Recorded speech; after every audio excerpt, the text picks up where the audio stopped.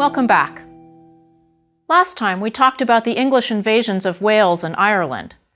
In this lecture, I'd like to tell the story of Scotland from about the 11th century to the early 14th century. I will overlap here with my lecture on the Irish Sea world that focuses on the encounter between the Scandinavians and the Celtic-speaking peoples from the 8th to the 15th centuries. Here, though, I will focus in a more concentrated way on the story of the creation of the Kingdom of Scotland, and we'll look at the role that ethnicity played in that process, particularly Celtic ethnicity. Along the way, we'll look at some of the most intriguing figures in Scottish history: Macbeth, Sir William Wallace, and Robert the Bruce. Let's recap a little before we get started. Scotland had been open to many influences over the years. You have the Celtic-speaking Picts in the northeast and the Celtic-speaking Britons in the southwest. You have the Germanic-speaking Angles in the southeast and the Germanic-speaking Scandinavians in the far north and the western islands. And everywhere else you have the Celtic-speaking Gaels, who trace their cultural lineage to Ireland. So by the 9th century, Scotland is very multi-ethnic and very multilingual. It's a rather complicated picture. But then we get some streamlining. In the 9th and 10th centuries, there's an amalgamation between the areas of Pictish influence and the areas of Irish influence, and they ended up creating a unitary Scottish kingdom in the heartland of what later became Scotland, from the central belt between Edinburgh and Glasgow, up north into the Highlands. The losers in this process seem to have been the Picts, in the sense that their language and culture died out. But remember, this doesn't necessarily mean that anything terrible happened to the people. They probably just adopted a Gaelic identity. As we have seen repeatedly in this course, that kind of shift in cultural and linguistic identity has happened many times in the story of the Celtic world. Exactly how this happened, we're not sure. Later written sources place this consolidation of the Picts and the Scots during the reign of Kenneth MacAlpin, who supposedly reigned from 810 to 858. This newly consolidated kingdom slowly but surely absorbed the British kingdoms in the southwest, in the Glasgow region and in Galloway, and forced the English and the Scandinavians out. This process took many centuries, and it was rather messy. Not everybody in Scotland really wanted there to be one powerful Scottish king, and even those who did believe in a unified kingdom often disagreed very strongly about who should rule it. Enter the figure I want to begin with, Macbeth. Macbeth is certainly a famous figure due to Shakespeare's play, but I want to talk about him here because he is a perfect example of how Celtic sensibilities came to seem alien to later people who had been influenced by English political and cultural norms. Macbeth was a very Celtic ruler, but he was stigmatized later as a villain in order to make the Scottish ruling house look less Celtic and thus less barbaric.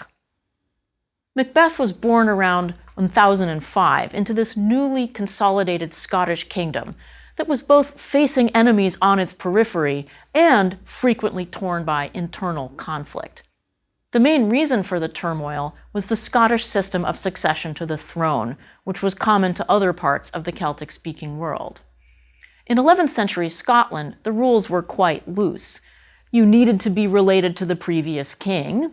Ideally, you would be his oldest son. But the most important factor was not your exact position in the royal genealogy. It was your competence to rule. And that was determined very much by whether you could project an image of strength to your followers. Therefore, every time a king died, the question of who would succeed him was up for debate, and usually up for dispute. It was quite common to have conflicts that pitted an uncle against a nephew, a brother against a brother, or a cousin against a cousin. So keep in mind that succession disputes in Macbeth's period were not unusual. They were normal. So let's look at the events of Macbeth's life. He was born, as I said, in 1005. He was probably the grandson of King Malcolm II through his mother, and his father was the ruler of Moray, an important territory in the north of Scotland. When King Malcolm died in 1034, the kingdom went to another grandson, Duncan, the son of King Malcolm's daughter, Bethog. Duncan and Macbeth were probably fairly close in age. Duncan ruled for 6 years, and then he was killed by Macbeth. But not as we see in Shakespeare's play. It's not a cold-blooded murder. In fact, Macbeth killed Duncan in battle. Macbeth was merely pursuing his own claim to the throne. Furthermore, that battle took place on Macbeth's home turf. Duncan had invaded Macbeth's territory in the north because Macbeth had become a threat to him. He must have been making noises about claiming the throne himself, and Duncan was trying to head him off at the pass, so to speak. So the two cousins fought each other for control of Scotland, and Macbeth won, fair and square. By the rules of the 11th century, he did nothing unusual, let alone wrong. According to our sources, Macbeth then ruled relatively successfully for 17 years, which is not what it seems like in the play. In fact, Macbeth was so secure on the throne that in 1050, 10 years into his reign, he actually went on pilgrimage to Rome, where he distributed alms to the poor. That was a big deal in the 11th century, to leave your kingdom for months at a time, but Macbeth felt able to leave the kingdom in the capable hands of his wife, Gruach. And that was her name. Maybe Shakespeare lost heart at the thought of a character named Gruach and just went with Lady Macbeth. One annal reports that the poor were well taken care of in Scotland during Macbeth's reign. This does not sound very much like the bloody tyrant we know from the play, does it?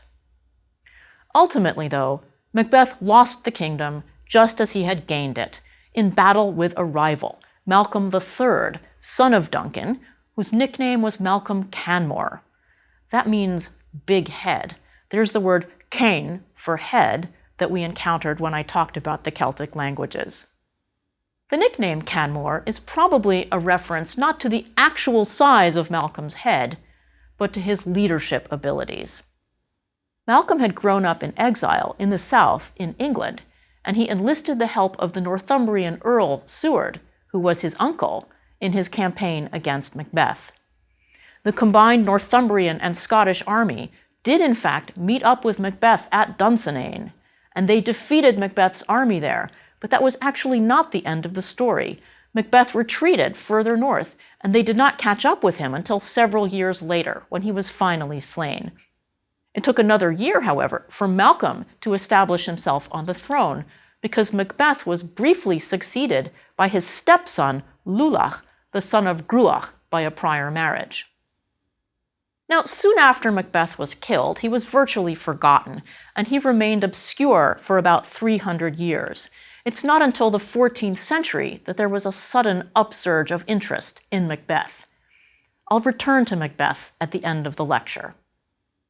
But Malcolm Canmore does succeed in establishing a more or less stable dynasty. And Malcolm's reign marks the beginning of a period of English influence in Scotland that profoundly shaped the creation of the Scottish kingdom and ultimately helped to dilute the Celtic elements in Scottish politics and culture. So where did the English influence over the Scottish court come from? I already mentioned that Malcolm had regained his throne with the help of his uncle, Earl Seward of Northumbria, and that indicates that Scotland and England were by no means sealed off from each other in this period. In fact, they were always interconnected, even if they were frequently at war. For many centuries, England and Scotland harbored each other's exiles. And if England had sheltered the Scottish exile, Malcolm, then Scotland was about to shelter a famous family of English exiles, through which English mores and then Anglo-Norman mores would have a profound impact on Scotland.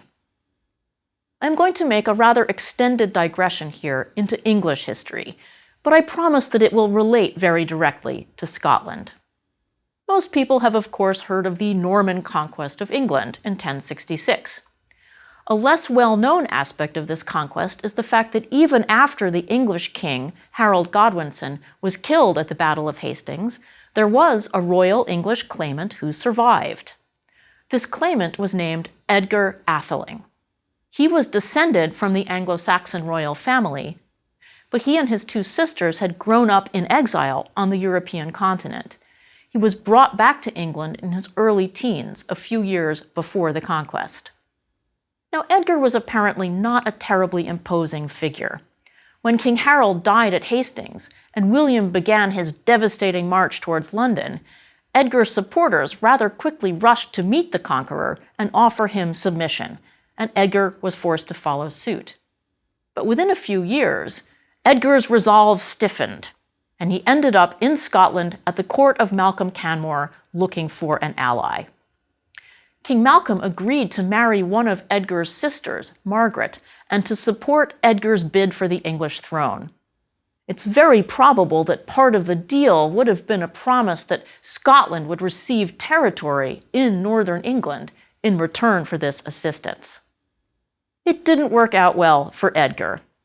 William was a formidable adversary, and Malcolm paid a heavy price for supporting Edgar. Malcolm had to acknowledge William's overlordship and expel Edgar from Scotland. So Edgar duly went into exile. He had many hair-raising adventures, but he seems to have had 9 lives and died in his bed at the age of 75, never having become King of England. The important thing for our purposes, though, is the marriage between Edgar's sister Margaret and King Malcolm. This marriage was long and lasting, and in fact, the two spouses were so devoted to each other that when Margaret learned of Malcolm's death in battle in 1093, she died herself 3 days later, supposedly of grief. She was renowned for her piety and was canonized in 1250 by the Catholic Church. Now, since Edgar Atheling never married, and his other sister, Christina, became a nun, Queen Margaret of Scotland represented the true line of the Anglo-Saxon royal house. So in 1100, William the Conqueror's youngest son, Henry, who had just taken the English throne as Henry I, decided to unite the old Anglo-Saxon claim to the Norman claim with his own by marrying the daughter of Queen Margaret and Malcolm Canmore, Princess Edith. Edith was then renamed Matilda so that the French-speaking Normans could pronounce her name. So why does this digression into English history matter in a lecture about Scotland?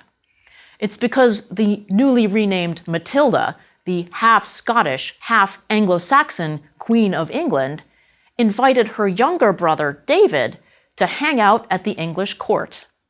And while he was there, he became thoroughly Normanized. He absorbed some of the practices that we loosely refer to as feudalism, and he ultimately brought them back to Scotland with him, where, due to the unexpected early deaths of all of his older brothers, he became King of Scotland in 1124 and ruled for nearly 30 years. David admired the Anglo-Norman knights he met at the English court, and in fact, his royal seal depicts him very much as an Anglo-Norman knight. So he invited many of these knights to Scotland and gave them lands and titles.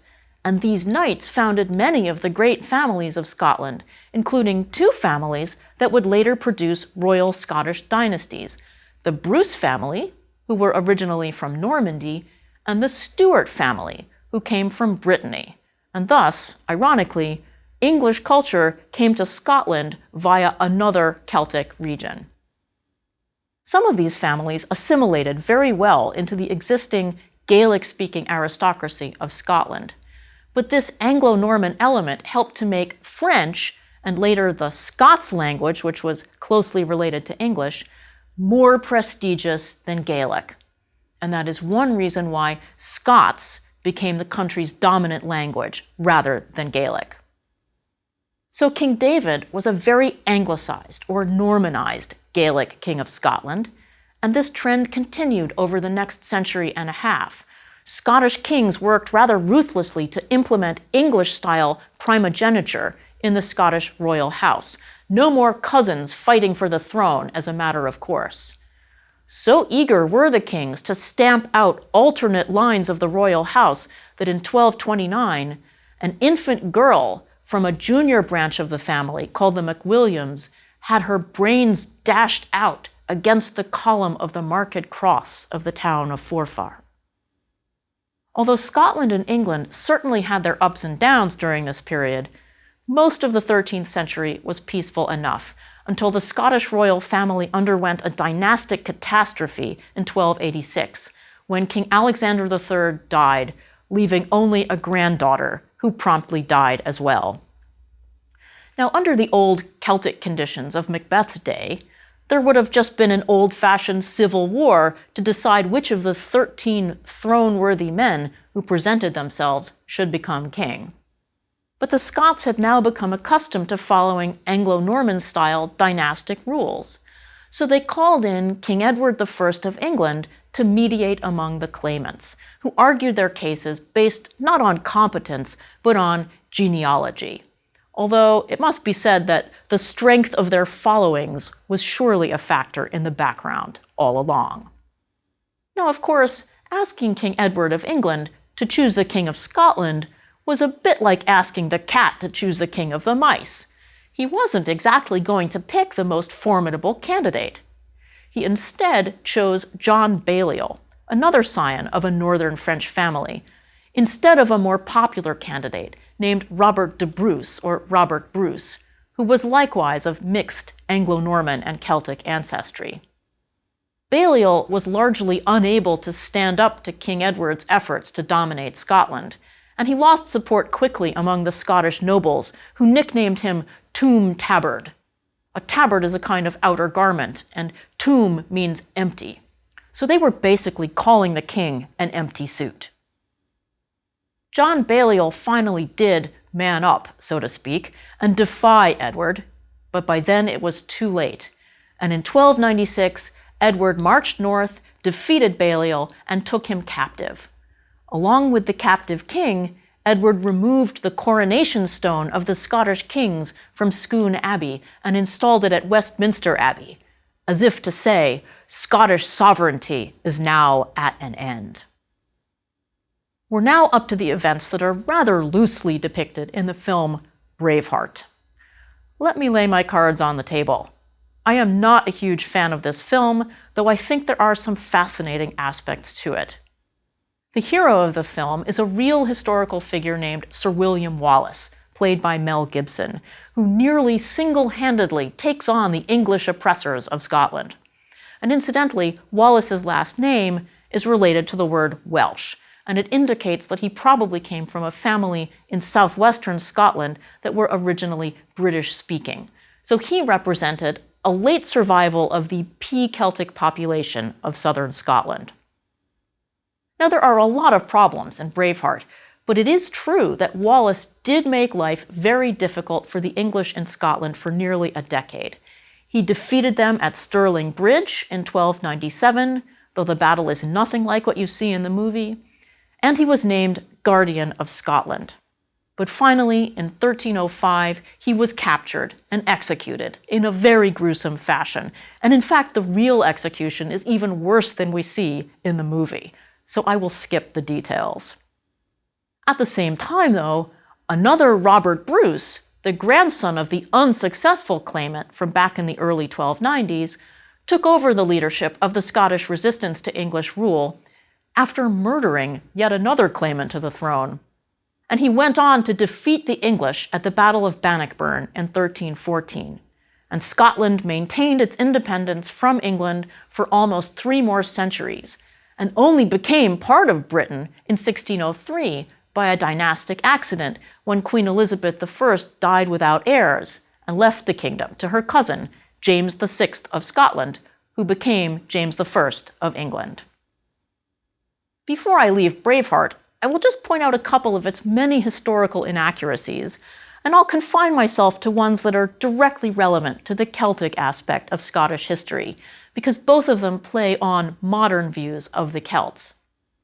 In the film, we see lowland Scots wearing tartan cloth, which, as we'll see in a later lecture, is characteristic of the Highlands. The filmmakers seem to think that if we don't see tartan, we won't believe we're in Scotland. William Wallace and his fellow soldiers are also wearing very improbably bright blue war paint, about 1,000 years after the Picts supposedly did so. But again, enough people know about the blue war paint that when we see it in the movie theater, we believe we are in Scotland. There's one more distortion in the film that I find particularly intriguing because it illustrates the pervasive modern view that all Celtic countries are intimately connected to each other. About halfway through the film, we are introduced to the character of Stephen, played by David Patrick O'Hara, an Irishman who rather randomly joins Wallace's merry band of Scottish patriots. This character is entirely invented. Stephen is really there to give the Irish Americans in the audience a dog in this fight. In another sign of pandering to the Irish element, there is a scene in which King Edward describes his plan for an invasion of Scotland. In describing his forces, he refers to the levies from England and Wales, and then he is very careful to refer to his Irish troops as Irish conscripts. It's very important that nobody believe for an instant that any Irish soldier would willingly fight against the Scots. That would mean violating some sort of Celtic solidarity. Now, in actual fact, the Irish troops who fought in Scotland were there on the same terms as any of the other troops. But this distinction between the Irish and the other troops is made in the film in order to set up one of the most famous scenes when the English commanders send their Irish conscripts into battle against the Scots first, as a sort of cannon fodder. But of course, the Irish troops immediately switch sides and fight on behalf of the Scots, their Celtic brethren. This is, of course, complete nonsense. Mel Gibson is trying to create a kind of fake pan-Celtic nationalism that resists the oppression of the evil English Empire. Still, what's intriguing is, despite the fact that the movie's historical inaccuracies were widely recognized and discussed in Scotland at the time, Braveheart has taken on a political salience. There is little doubt that support for Scottish independence has gotten at least a small boost from the movie. There is actually a tiny bit of truth, though, to the idea of a Celtic alliance at the time of Robert Bruce.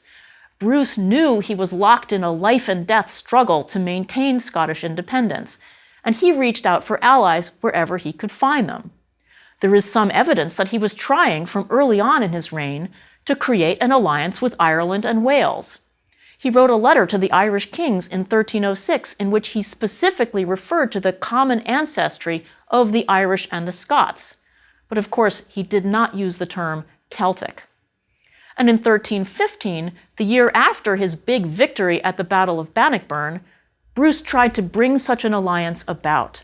He clearly saw a Scottish invasion of Ireland as a way to cut off the supply of Irish troops and taxes to the English army. Robert Bruce knew Ireland well because his late wife had been the daughter of the Earl of Ulster. In addition, before he became King of Scotland, he spent time hiding out on Rathlin Island off the coast of Ulster. Then, around the time of Bannockburn, Robert Bruce was approached by Donald O'Neill, an Irish ruler who wanted help against the Earl of Ulster, Robert's former father-in-law. The O'Neills were the most illustrious native family in Ireland. They were descended from the famous Niall of the Nine Hostages, and had once ruled most of the northern half of Ireland, but now they were confined to the western part of the province of Ulster. In 1315, in response to O'Neill's plea, Robert Bruce sent his brother, Edward Bruce, to Ireland. It's not clear whether he was trying to create an actual satellite kingdom or merely to cause a diversion, but at any rate, in May of 1315, Edward landed in Ulster and many Irish leaders flocked to join him. He set up his base in Ulster, and then he raided the Midlands and the south. Edward also participated in a ritual of royal inauguration, though not, I hasten to add, along the lurid lines described in the 12th century by Gerald of Wales. So Edward was claiming to be, and he was acknowledged by many to be, King of Ireland. Edward had some successes. He did defeat the Earl of Ulster in the field. He captured the imposing castle of Carrickfergus, the great fortress of the Earls of Ulster. But he could not capture Dublin, so he still could not operate consistently outside of his initial power base in Ulster. Reports of this general lack of progress went home to Scotland, and in 1317, Robert Bruce decided to come in person to try to jumpstart the invasion. Together, the brothers moved south on Dublin, but the city resisted. So they bypassed Dublin and moved south into Munster, where they went up against an Anglo-Irish army, which included one faction of the famous O'Brien family, who were mainly opposing the Bruces because another faction of the O'Briens was backing them. So, as we can see, local Irish rivalries got mapped onto the conflict and led to stalemate, and the Bruces were forced to retreat back to Ulster. Robert was then needed back in Scotland, so he went home, and one guesses he left with some feelings of relief to be shot of the whole quagmire, or perhaps we should say bog. For a year and a half, Edward Bruce basically sat there in Ulster, bottled up, unable to do much of anything. During this period of stalemate, in 1317, Donald O'Neill drafted an important document called the Remonstrance of the Princes. It was sent by the Irish princes to Pope John XXII. The remonstrance came about because the Irish lords had a public relations problem. Officially, they were rebels. From the perspective of the rest of Europe, including the Church, the Irish princes were supposed to be subjects of the King of England. But now they had switched allegiance and accepted Edward Bruce as king. How could they justify defying the terms of the papal bull Laudabiliter, which had authorized the English invasion of Ireland back in the 12th century?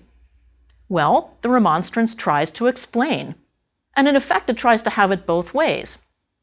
First, it denies that Laudabiliter is valid. This was a risky strategy because, face it, it is not easy to get a pope to overturn something that his predecessor did. For our purposes, though, the more interesting aspect of this remonstrance is the fact that it draws heavily on one of our favorite texts, the Book of Invasions, the amalgam of origin myths about the Irish that dates back in some form, at least, to the 8th century. The Irish princes in the Remonstrance cite their descent from the Milesians of Spain and thus deny that England has any authority over them. They're clearly making this a usable past. What is the result of the Remonstrance? Nothing. The Pope ignored it, and the rebel princes were in fact later excommunicated. Finally, in the fall of 1318, fed up with the situation, Edward Bruce decided on a last big throw of the dice. He moved south again and came to battle at Braveheart, near Dundalk, on the coast, right on what is now the border between the Republic of Ireland and Northern Ireland. But he was defeated and died in the battle. And that was the end of the Bruce invasion. It failed for many reasons, but one of the most important was the fact that there was no real pan-Celtic alliance. There wasn't even a pan-Irish alliance. Edward Bruce had a powerful ally in Donald O'Neill, but Donald could not speak for the lords of the rest of Ireland. They saw no reason automatically to back this invader. Wherever there was a faction fight within Ireland, the factions would split into pro-Bruce and anti-Bruce parties, and that division doomed the invasion. But the Bruce invasion of Ireland probably had a direct impact on one of the most important documents in Scottish history, the famous Declaration of Arbroath, which was written in 1320, only 3 years after the Remonstrance of the Irish princes. It, too, was directed at the Pope to explain the fact that the Scots were supporting their king, Robert Bruce, who had been excommunicated for murdering his rival for the throne back in 1306. The Declaration of Arbroath starts by explaining the proud heritage of the Scots, leading all the way back to Spain, and before that to the Mediterranean and to Scythia. All of this is borrowed directly from the Irish Book of Invasions. So it's highly likely that the Irish and Scottish intellectuals had been talking to each other about the best way to project an image of independence to the Pope.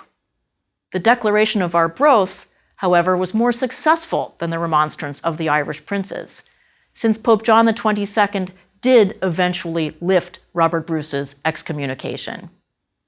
So in these two documents, we do see a consciousness of common descent for the Irish and the Scots, even though it is being claimed by a Scottish royal family that is only partly Celtic by ancestry. But we also see that Scotland has been brought into the dynastic norms of the wider European society. And that is what brings me finally back to Macbeth. In the wake of the Wars of Independence against England, there was an explosion of Scottish historical writing. In around 1375, a long poem was written in Scots to commemorate the achievements of Robert Bruce. About 100 years later, another poem was written by somebody calling himself Blind Harry about the deeds of William Wallace. This is a far less factual account than the Bruce poem, and it served as the basis for the novel that eventually turned into the film Braveheart. At the same time, a number of Scottish authors decided that it was important to tell the whole story of Scottish history from the beginning. And where they didn't have a lot of details, say for the reign of Macbeth, they made them up. But they did so for very specific purposes. In the case of Macbeth, it was useful to go back to the last place where there was a major dynastic break and paint the loser in a bad light and the winner in a good light. So Macbeth is no longer simply the winner in an ordinary faction fight, the long-lived patron of the poor, but rather the usurper who murders children. So the rules got changed on Macbeth 300 years after he died. He would have been very surprised to come back to life in the late 14th century and realize that his reputation had been trashed. In fact, it got worse and worse over time as each generation of Scottish writers developed the legend of Macbeth, adding the witches and all sorts of other nefarious elements to the story. Shakespeare's Macbeth was nearly all created by the Scots themselves. So I suppose one irony of Scottish history in the Middle Ages is how complicated the relationship was between Celtic tradition and the English world that the Scots were always forced to confront, sometimes willingly, as in the case of the borrowing of Anglo-Norman noble expertise, but sometimes not, as in the interference at the time of the Wars of Independence. A case in point, one of the most famous works by that quintessentially English writer, William Shakespeare, written for the first Scottish king of England, is known as the Scottish play.